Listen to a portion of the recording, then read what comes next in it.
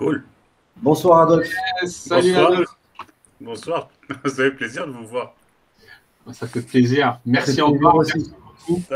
On a parlé de Sawa avec Bess pendant des mois et des mois. Et aujourd'hui, de te rencontrer, ça fait plaisir. Bess, le fameux Bess, est-ce qu'il nous regarde? Ouais, je le vois. Ah, il est là. Ouais, je te confirme. Salut Bess, ça va? Je te confirme qu'il est là. D'ailleurs, Bess, si tu veux monter, tu connais l'adresse? À tout moment. Ouais, vous allez bien? Ah bah, ça va très bien et toi? Ouais, ça va. Je suis très, si tu as suivi depuis le début, on a fait notre petite demi-heure d'infos. On donnait beaucoup d'infos de ce qui se passe en France et un peu ce qui se passe aux États-Unis. Donc voilà, et là, c'est ton moment à toi. Donc on va te laisser te présenter au public ce que tu as fait, qui t'es, pourquoi tu es là et tout ça. Et comment naturellement arrivé. Ok. Donc, comment est-ce que je peux me présenter? Ouais, donc mon nom est Adolphe Lassalle. Donc, c'est un nom un peu spécial. Donc, on se demande toujours pourquoi ce nom bizarre. Mais en fait, j'ai des origines égyptiennes. Donc, je suis né en Égypte. Mais j'ai grandi au Luxembourg depuis l'âge de 7 ans.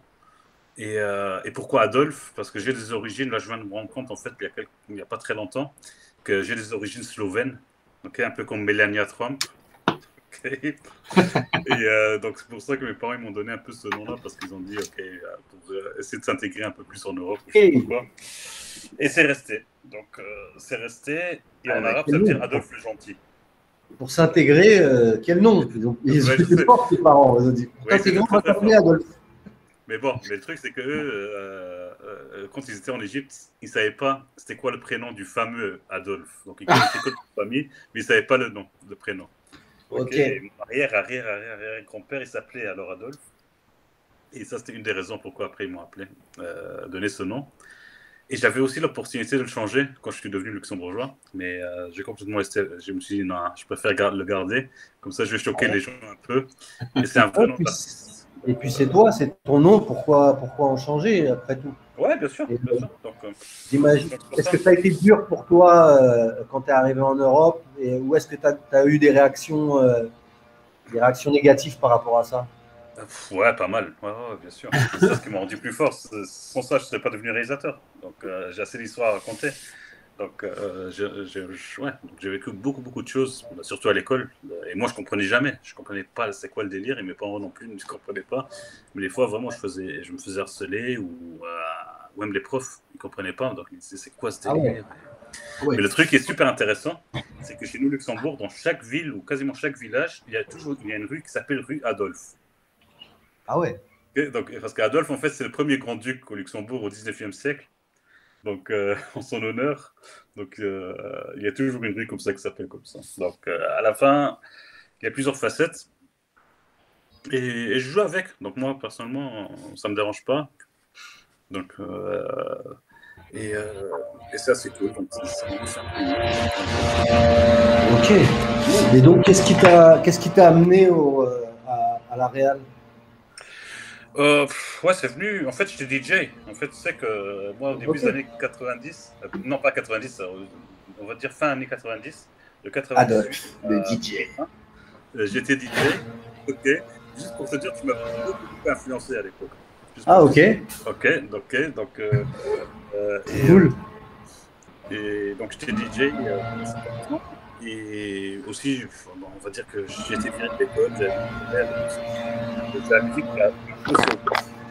Et puis petit à petit, je suis rentré dans le cinéma parce que je me suis rendu compte que j'étais tellement d'histoires à raconter. Et ça s'est développé. J'ai commencé à faire des petits documentaires, pas mal de clips, pas mal de rappeurs comme au Luxembourg et aussi en Belgique et aussi en Angleterre. J'ai fait des clips pour des gars comme à l'époque, personne ne le connaissait, mais je ne sais pas si vous connaissez Tiny Tampa, par exemple. Tiny quoi? Tiny Tampa. Si, ouais, Tiny Tampa, ouais. Donc j'avais fait un de ses premiers clips à l'époque. J'avais fait aussi un clip pour Robbie Williams. Et plein de trucs comme ça en Angleterre. Et puis, ouais, ça s'est développé au fur et à mesure vers le cinéma. Et j'ai commencé après au Luxembourg de faire mes petits films, mes courts-métrages. Et j'ai fait... En fait, mon premier film, c'est un long-métrage que j'avais fait. Et je l'avais tourné zéro budget, sans scénario, à l'arrache complètement. je crois que tout le budget c'était 200 € et c'était pour acheter de la bœuf pour avoir un peu de créativité.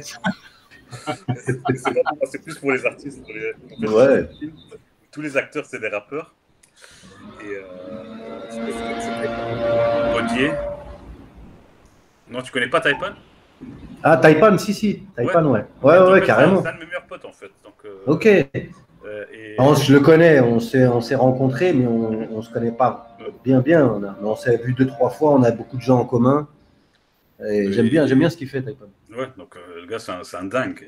Et donc, lui, tu lui donnes juste un peu de bœuf, tout de suite, il te rend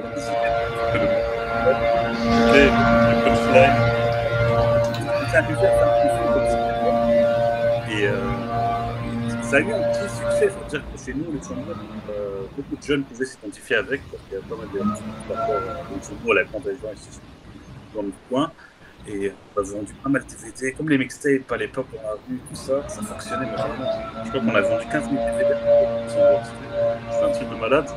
Ah ouais. Et c'est disque d'or au Luxembourg, 15 000. C'est 500 au Luxembourg, disque d'or. Ouais, mais il faut comprendre parce que c'est petit pays, donc c'est pour ça. Mais moi, ça m'avait fait gaulerie à l'époque. Dans différents pays, quand tu voyais qu'en France, on mettait à 100 000. Ouais. En Suisse, c'était 15 000, je crois, justement, ou 20 000, un truc comme ça. Ouais. Les petits pays comme ça, c'était beaucoup moins, quoi. Ouais, mais Luxembourg, on a une population de 600 000 personnes. Okay, donc c'est une grande ville en France. Okay. Et donc ça va vite. Et le truc, c'est que petit à petit, ce film-là faisait s'amuser, mais je vous dis juste, c'était pas très. C'est un peu un massacre.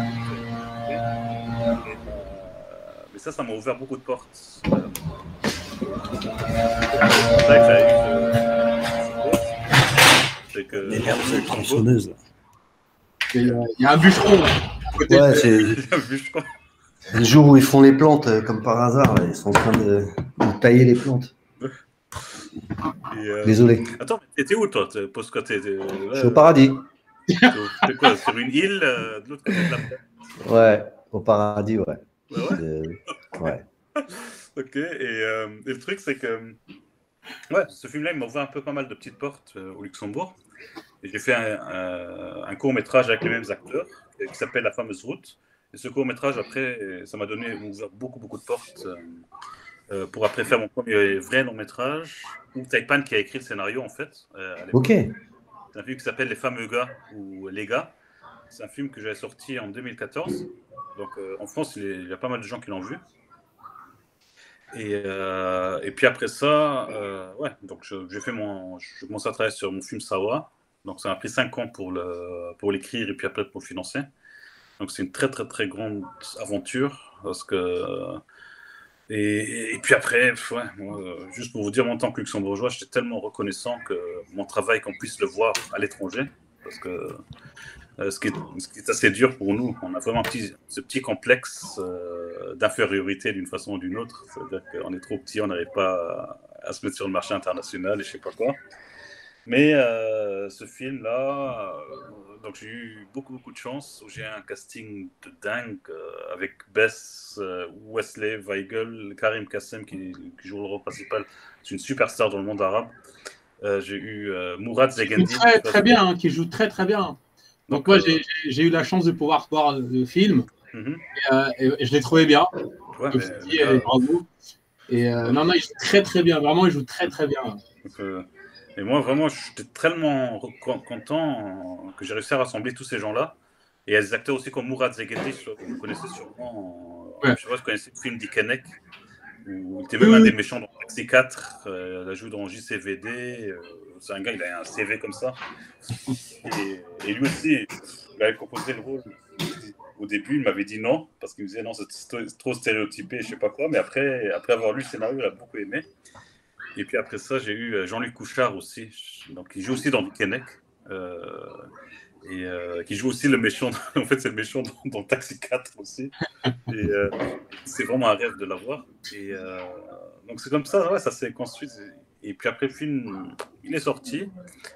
Et pendant presque un an, ou plus qu'un an, en fait, juste avant le confinement, j'ai voyagé comme un dingue autour du monde. Donc ça, je comprenais plus rien. C'est qu'on avait l'avant-première au Luxembourg, qui était incroyable. Et puis après ça, 2 jours après, j'étais en Chine, ok, pour me présenter devant 4000 personnes d'un coup, comme ça, un festival en Chine.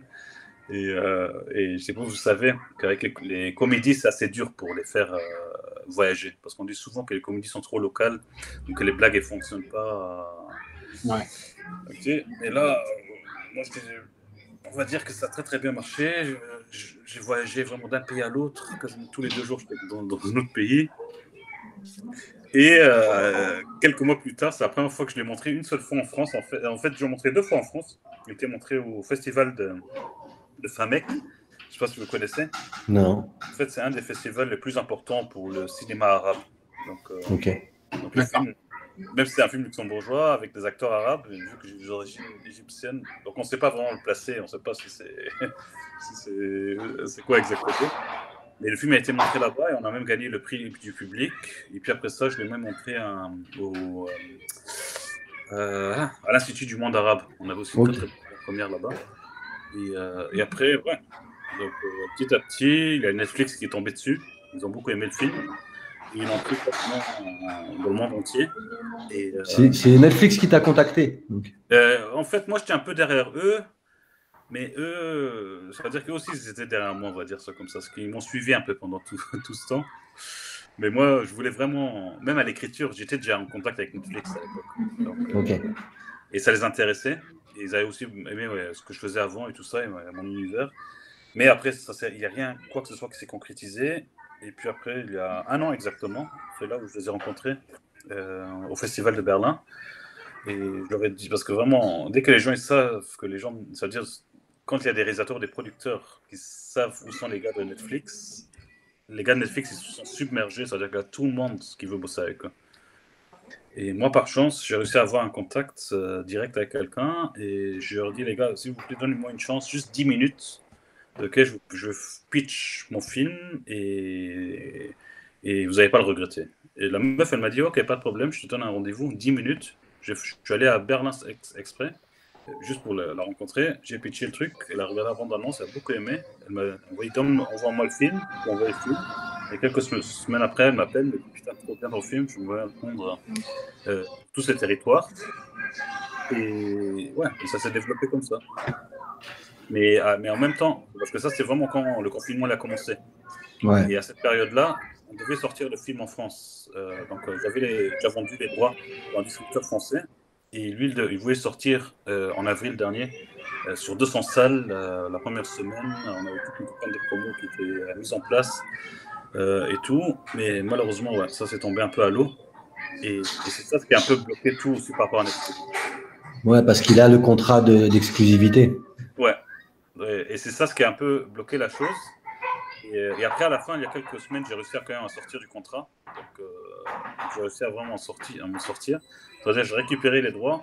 Mais le truc, c'est que malheureusement, le film, il est un peu dans le système français. Ça veut dire que là-bas, il y a un système de chronologie des médias et tout ça. Donc, il y a cinéma, et puis après DVD, télé. J'ai lu ça il y a 2 jours. Ouais, j'ai appris ça il y a 2 jours. Il y a des contrats, mais les contrats ne sont pas faits.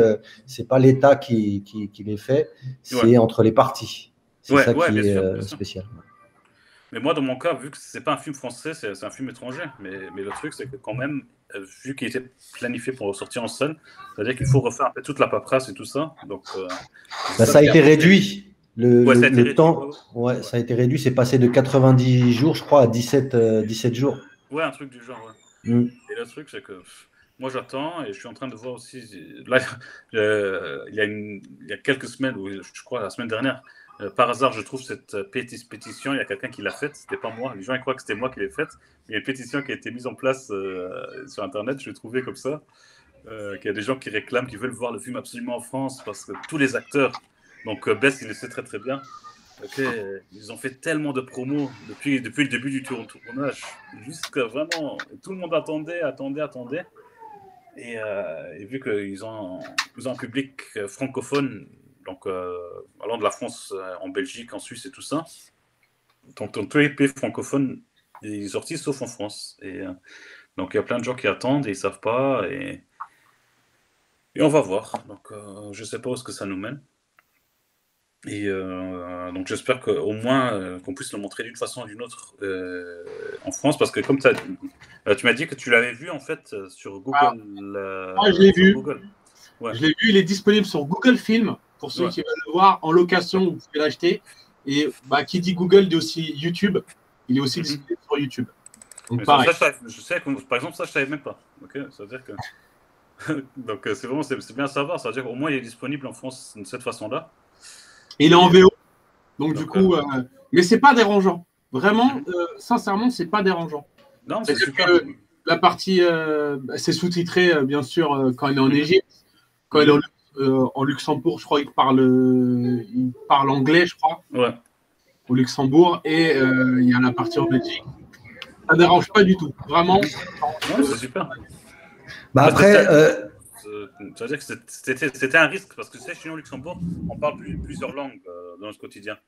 C'est-à-dire que nous, on peut parler du français vers l'anglais, vers l'allemand, vers le luxembourgeois. Ok, vers encore une langue maternelle, si tu en as une encore en plus, ça veut dire que c'est un peu notre quotidien. Ok, c'est-à-dire nous, on vit vraiment avec ça. Donc pour nous, c'est normal. Et c'est ça ce que je voulais aussi montrer un peu dans le film. Quand tu as un personnage qui parle que arabe et anglais, il voit le monde de cette façon-là, que tout le monde parle entre eux avec les différentes langues, comme ça, dans une conversation, tu peux vraiment avoir 3-4 langues en même temps et les gens se comprennent. Ça, ce qui est incroyable chez nous. Donc, c'est très, très spécial. Ouais, mais c'est bien, c'est la diversité. Ça permet aussi de discuter avec plein de gens. C'est bien. Moi, je trouve que plus on apprend des langues et plus on est libre, en vérité. Mais est-ce qu'avec les VPN, peut-être que ça marche aussi? Ça veut dire que si vous avez un VPN et que vous vous connectez sur Netflix.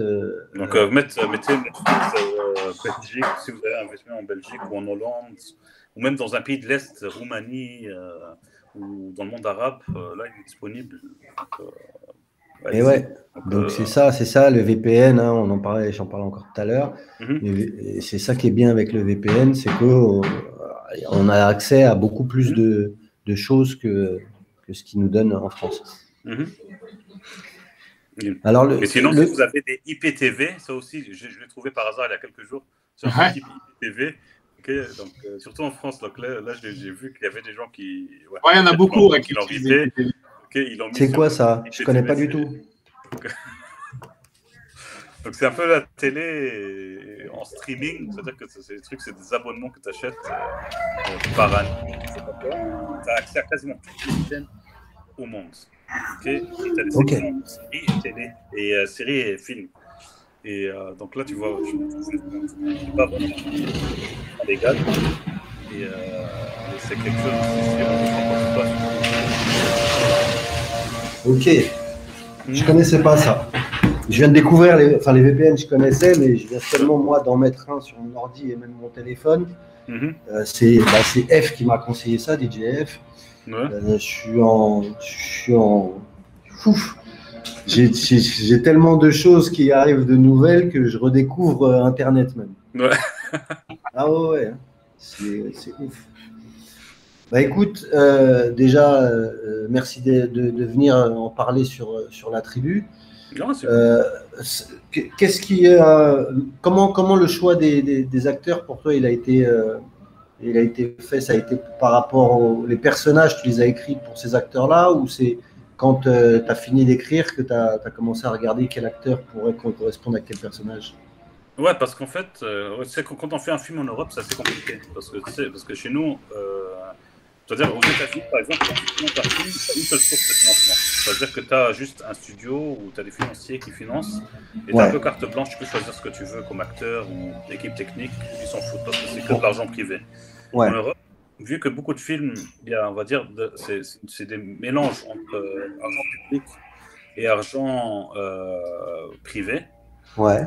Que des fois, il faut dépenser l'argent dans certains films. Là. Donc moi, dans mon cas, c'est une coproduction entre Luxembourg, la Belgique et l'Égypte.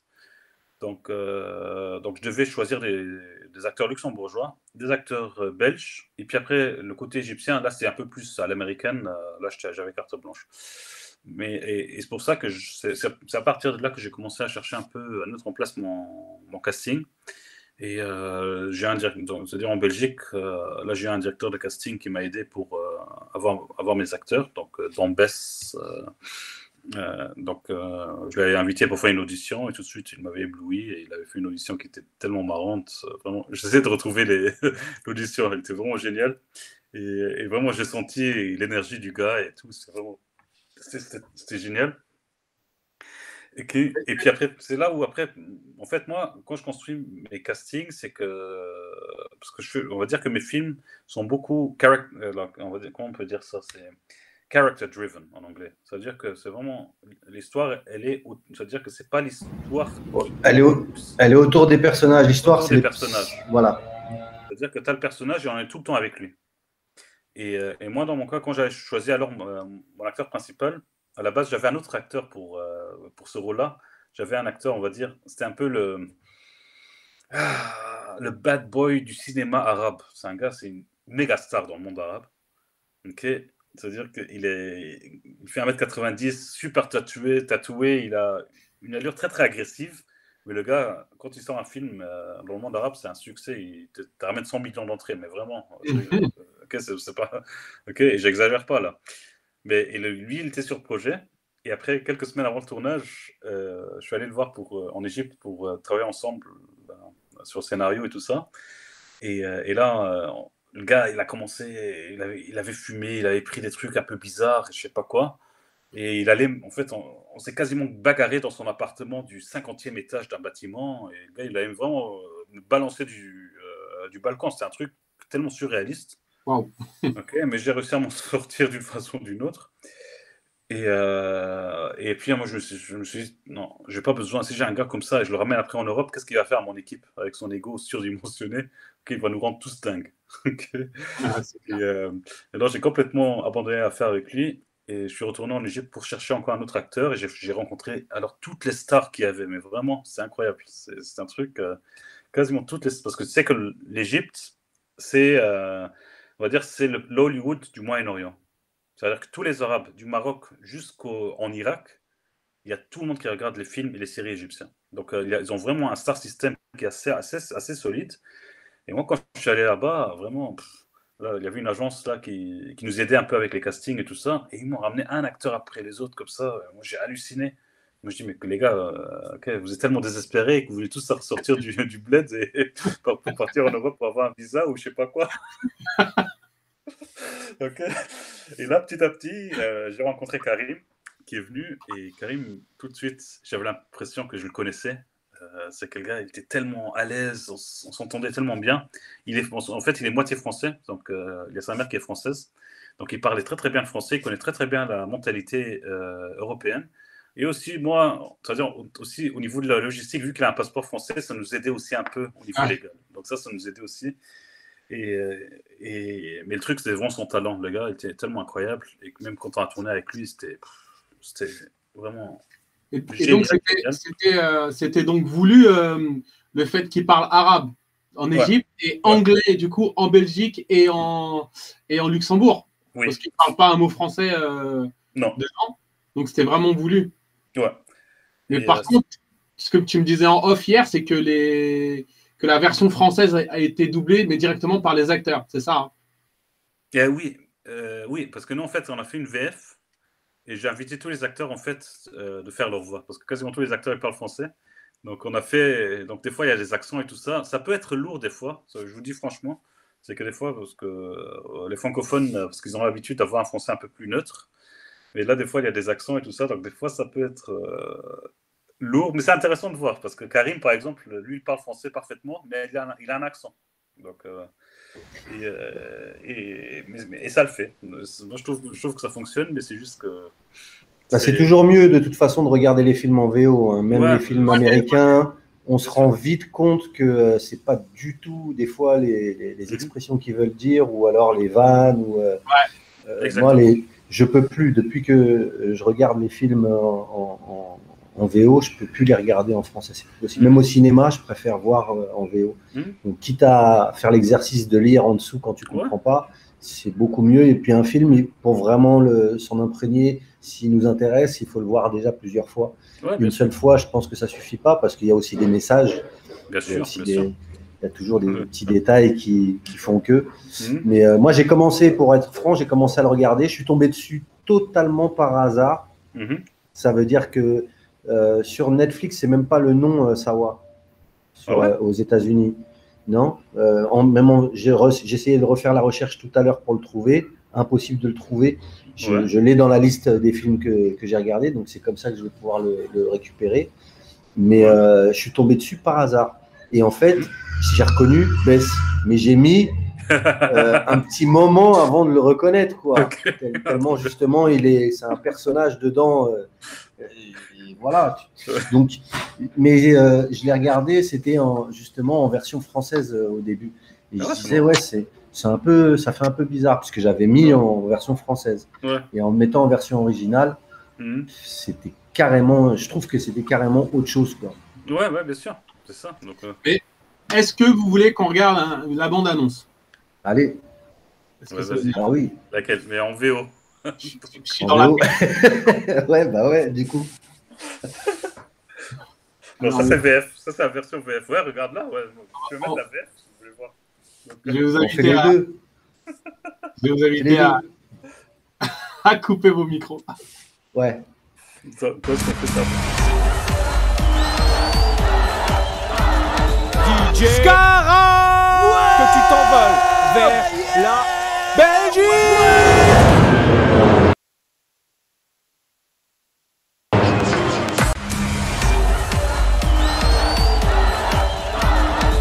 DJ Scarab, que tu t'envoles vers la Belgique. Vas-y, yalla, yalla. Tu es un DJ.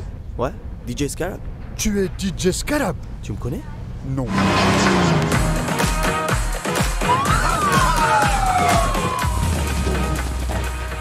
Attendez, c'est mon bus. Sans preuve d'identité, vous êtes l'invité du Grand-Duché de Luxembourg. Quoi? Grand-Duché? Allons-y. C'est bon, laisse-moi faire. C'est notre voiture. Bougeons de ce pays fou.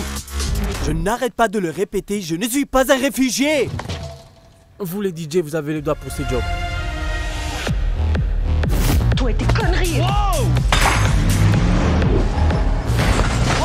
Non mais qu'est-ce qui se passe? Je crois qu'on a un petit problème ici. Il nous regarde droit dans les yeux.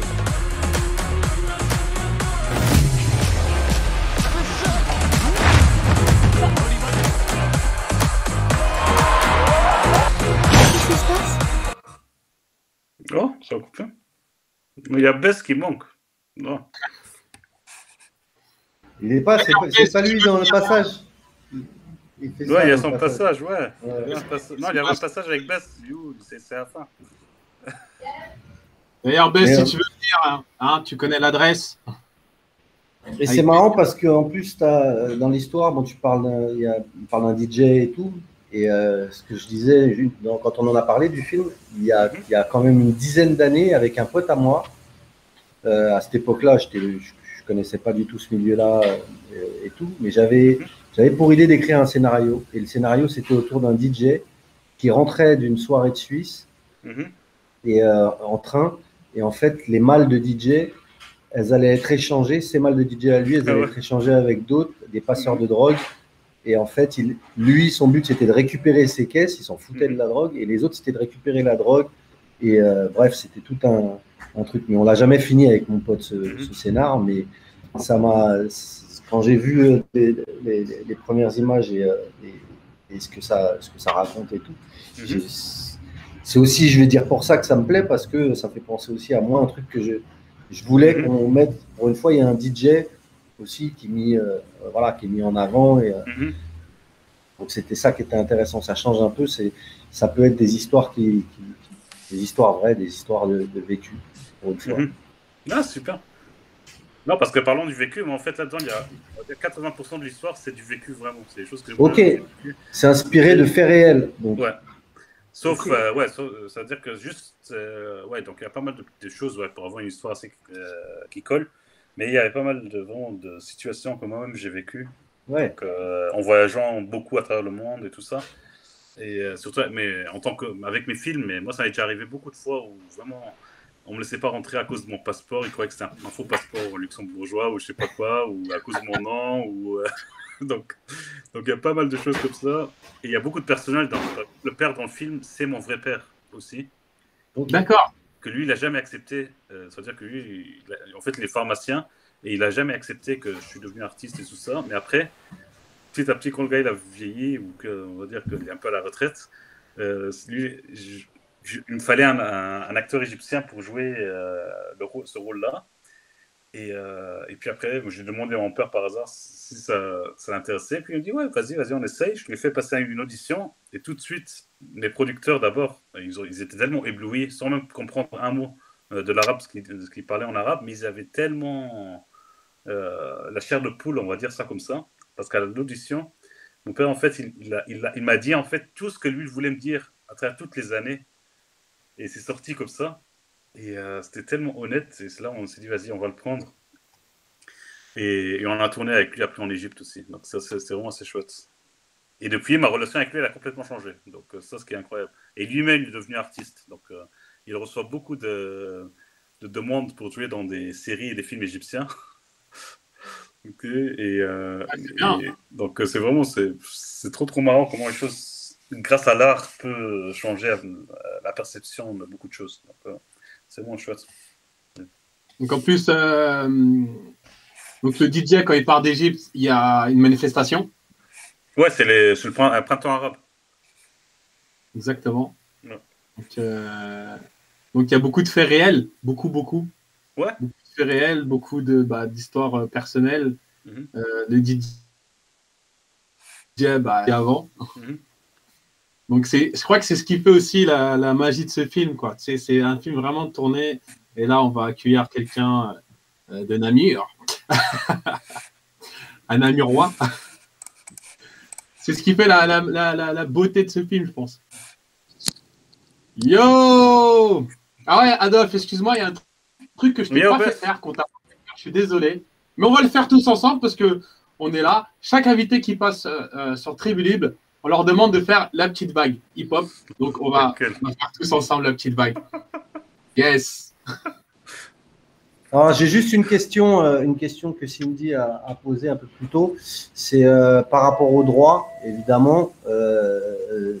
Comme tu n'es pas au courant que par Google on peut le voir, donc par YouTube aussi, est-ce que tout ça, tu penses que ça va quand même, vous allez quand même toucher vos droits et tout ça, ça va quand même bien sûr, parce que le Google c'est légal, ça veut dire que les gens et ça c'est normal, il n'y a pas de problème. Google, parce que s'il est sur Google, c'est sûrement aussi sur iTunes, et sur Amazon, donc les gens ils peuvent ça veut dire que je peux soutenir le cinéma européen, ça me fait très plaisir. Yes. Donc, ok. Bonsoir, l'homme. Quoi ça? Bonsoir, l'homme qui dit être au par Adi. Bonsoir, Adi. Bonsoir, Paris. Ici, Namur. Bonsoir, Namur. Ici, le paradis. Bonjour, Namur. Bonsoir, Namur. Oui, en fait, Adolphe, c'est fantastique. Comment tu expliques? Il y a plein de choses que je ne savais pas que j'ai découvert ce soir. Il y avait des choses que je savais et d'autres que je ne savais pas. Ouais, donc il y a plein de choses. Ouais. Mais juste pour vous dire, vous savez que ça, c'est une des premières interviews que je fais en français. Ok, pour ce film. C'est ça ce qui est hallucinant. C'est-à-dire que même pas en Belgique ou quoi que ce soit, personne c'est phénoménal. C'est phénoménal. En français, pour moi, ça fait plaisir de parler aussi en français. Parce que... tu parles très bien. Ça. Ouais, mais c'est un peu ma langue maternelle ici. Donc, peut-être j'ai un petit accent, mais ça fait partie du Luxembourg. Donc, ça fait plaisir. Alors, Bess, comment ça s'est passé pour toi l'aventure Sawa? Alors moi, c'était une aventure formidable parce que déjà, je débarquais. Tu sais, je suis quelqu'un de très à l'aise. Donc, quand j'ai débarqué à l'hôtel le premier soir, il y avait Wesley Wegel, il y avait Paul Robert, il y avait le manager de Wesley, Hamza. Et en fait, quand eux, ils sont rentrés dans le couloir, moi, quand je les entendais crier, je savais que c'était eux. Je savais que c'était Wesley en l'occurrence. Et quand je suis sorti dans le couloir pour regarder, j'étais en caleçon. Et en Marcel. Et tu sais, je les regarde, je fais hey, oh, qu'est-ce qui se passe ici? Et comme un con, la porte, elle se referme. Et voilà comment j'ai rencontré ces garçons-là. On est descendu à la réception, on est allé chercher la carte, on est remonté. Et je croise Karim Kassim et Eric Abongo, les deux rôles principaux. Quand je les vois sur la tête de ma mère, j'étais sûr que c'était des techniciens. Tu sais ceux qui aident à mettre la carte. Ils étaient en mode furtif, tu vois. Je dis, qu'est-ce qu'ils ont eux deux, tu vois. Et c'est comme ça que j'ai mis mes premiers pas dans ce film. Après, évidemment, le casting que j'ai passé avec Adolphe Elassane. Mais c'était quelque chose d'énorme.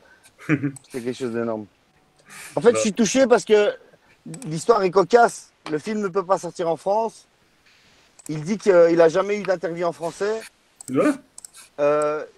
Ça me choque vraiment par rapport à ce qui se passe avec Netflix, par rapport à ce qui se passe avec les cinémas, parce que vous, ce que vous ne savez pas, il l'a dit tantôt, mais ça a été une longue épreuve. Lui, ils lui ont fait croire et ils lui ont fait faire tout ce qu'il fallait faire pour sortir un film en France, dans la légalité des choses. Et en fait, vous voyez, Adi, comment il est cool, en fait, il est 24 sur 24 comme ça. Donc, dans les conflits, dans le tournage, dans la voiture, ce mec est tout le temps comme ça. Il est calme comme ça. Tu vois, il est balancé. Ah oui, non, mais il est fort. C'est un homme qui gère les situations incroyablement. J'ai jamais vu quelqu'un d'aussi calme. Et c'est cool. Merci à toi d'être venu, en tout cas, Adi. Franchement, t'as assuré. Merci de les avoir invités à la Tribu Libre.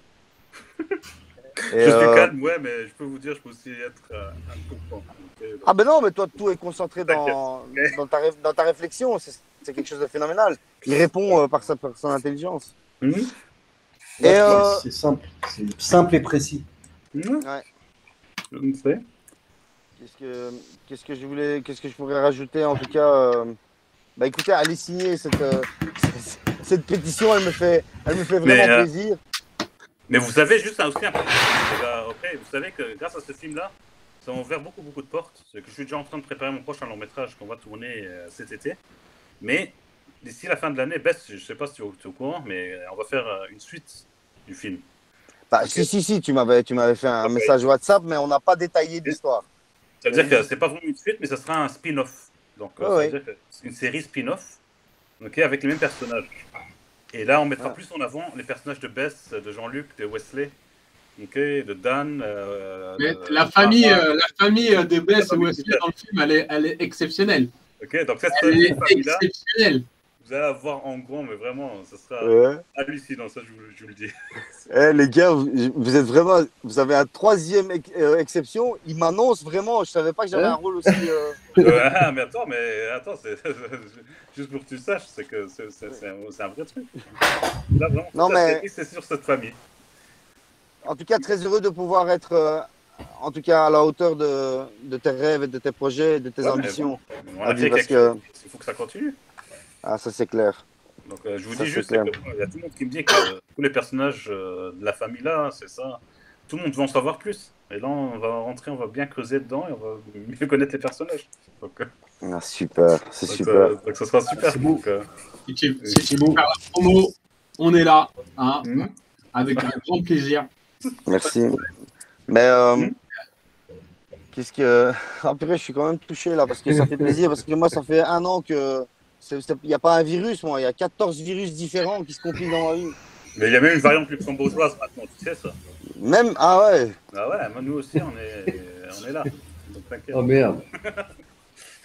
Non, mais c'est phénoménal. En fait, tu sais, Adi, le plus important dans l'histoire, tu vois, c'est que tant qu'il y a des cobayes pour tester le futur vaccin qui va arriver, c'est bon, tu vois. On a un espoir. Bien sûr. Merci à ces gens. Alors, on va faire un tour en même temps sur les commentaires, parce qu'il y a des commentaires depuis tout à l'heure, je suis désolé. Alors, il y a Béor, pardon, qui dit si tu veux tourner des images en France dans le 93, Boza est là pour t'ouvrir les portes. Vas-y. Le 93, c'est un peu... J'ai presque grandi en 93. En 93 et 95. C'est là où je passais mes vacances chez mes cousins à Paris. Donc entre Saint-Denis et le Val d'Oise. Donc je connais un peu. Et ben t'auras sur ce que tu connais pas ou sur ce que tu veux connaître, tu auras un très très bon guide Béor, c'est le guide parfait pour ça. En plus, il connaît bien, il a tourné aussi pas mal de choses lui-même de son côté. Et puis, surtout les actions qu'il fait, quand tu en sauras un peu plus sur lui, je pense que tu le contacteras. Ah, super.